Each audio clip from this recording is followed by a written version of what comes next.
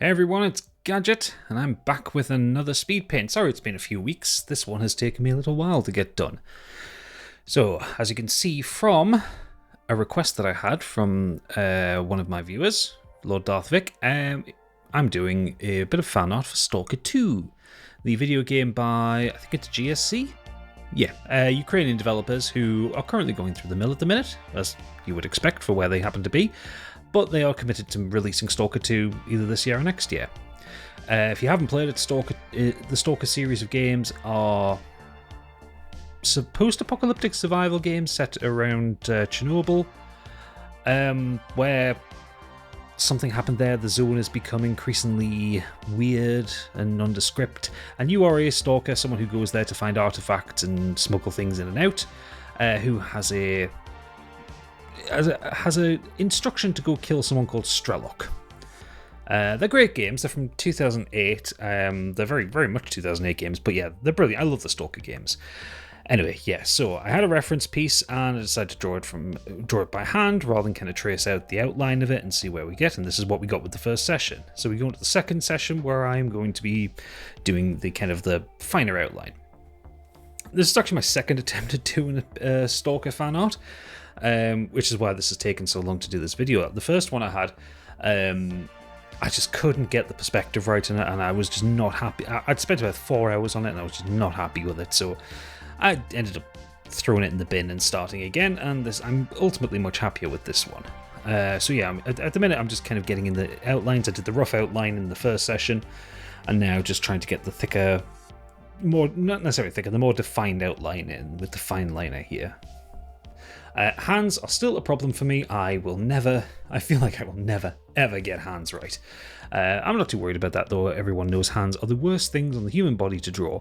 That and noses and feet and most of the rest of the human body. But yeah, this is where I got to at the end of the second session.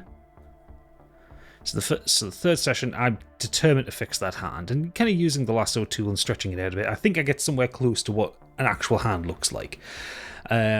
There was a few days between the second session and the third session, so I did some changes, kind of worked things out, tried to work perspective and size out a bit better. I wasn't happy with where the arm was placed and that.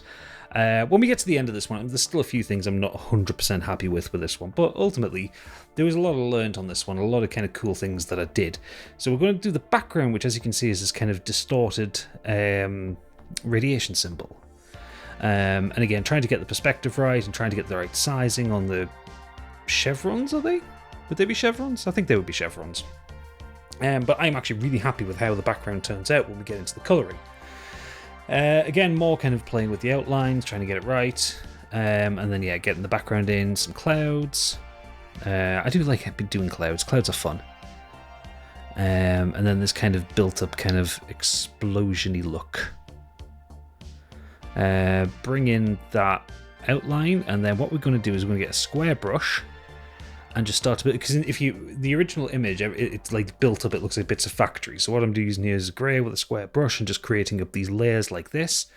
We then add a second layer of kind of darkness just to kind of give it some shade and some shape.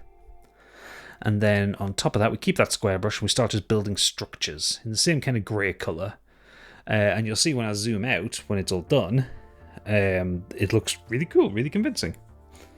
I was really happy with this one. It's just kind of a weird little solution.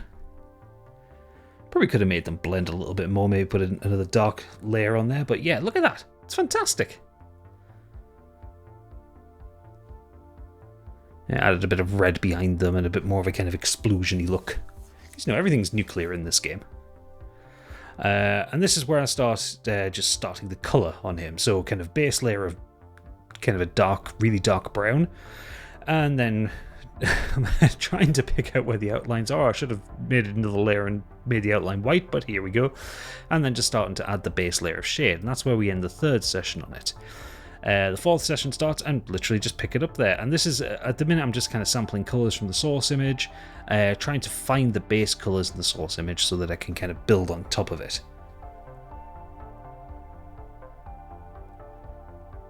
So I'm kind of picking out the different bits of his suit and his armour and just trying to create the shadows and the shapes of everything. And this is where I kind of start layering in colour and trying to kind of build up there.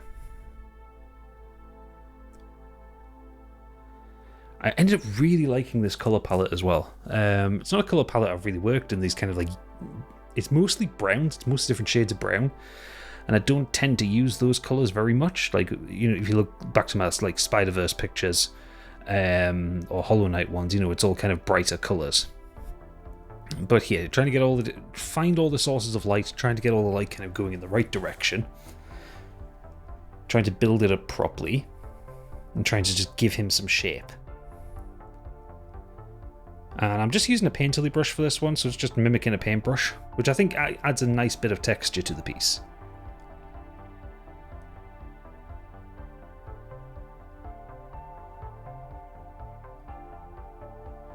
The gas bottles on his back, I'm not happy with them with the way this finishes out, but you'll see that when I get to the end of it. I'll highlight it, but yeah, a lot of this I'm quite happy with, especially just kind of the way the light kind of lands on the character. Then just kind of trying to find some of the kind of the lighter and the darker colours, just trying to get some shadows in there. And we go into the final session on this one, where, okay, so there's some reflection on his goggles, on the goggles of the gas mask. And trying to get in like kind of the reflection of trees in the house in there. It doesn't need to be neat because the opacity is going to get dragged right down, stretch it out so it curves round.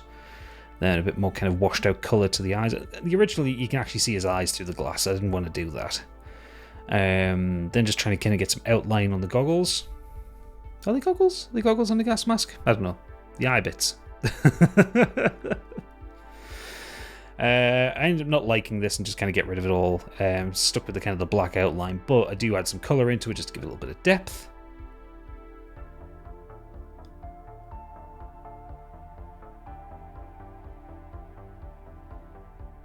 And then we get on with the hose, and the kind of the mechanical bits kind of clip to him.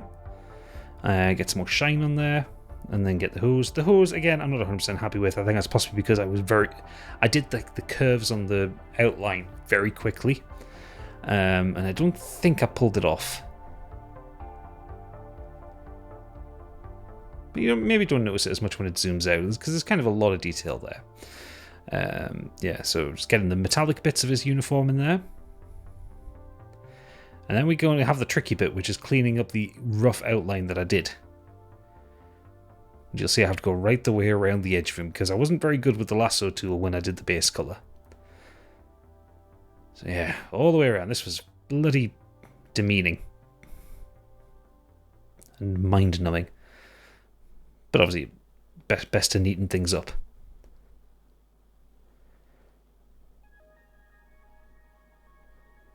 And then I made a mistake, deleted too much there, so we just going to stretch that out and just pull it in. God, I love Photoshop sometimes. And there we have the finished piece. So yeah, thanks Vic for recommending, or for asking me to do this one. I really enjoyed it. I learned quite a lot about kind of texture and moving things around. And it's, you know, I haven't done very many kind of portraity pictures like this. So yeah, this was a lot of fun. I do have another one already recorded, a science fiction piece, which that should be out next week. And then we're coming up on day 200 of my 365-day challenge, so I'll be doing another redraw of RE312, the one I did for my 100-day one. I want to keep like repeating that one to see how my progress is going. But if you enjoyed this, please do leave a comment, do all the YouTubey things, you know, hit like, hit subscribe. I'm still considering doing a Patreon where I can give you the PSDs, and it would be like £1 a month. So let me know if that's something you guys would be interested in. But for now, thank you for watching, and I'll see you on the next one. Bye!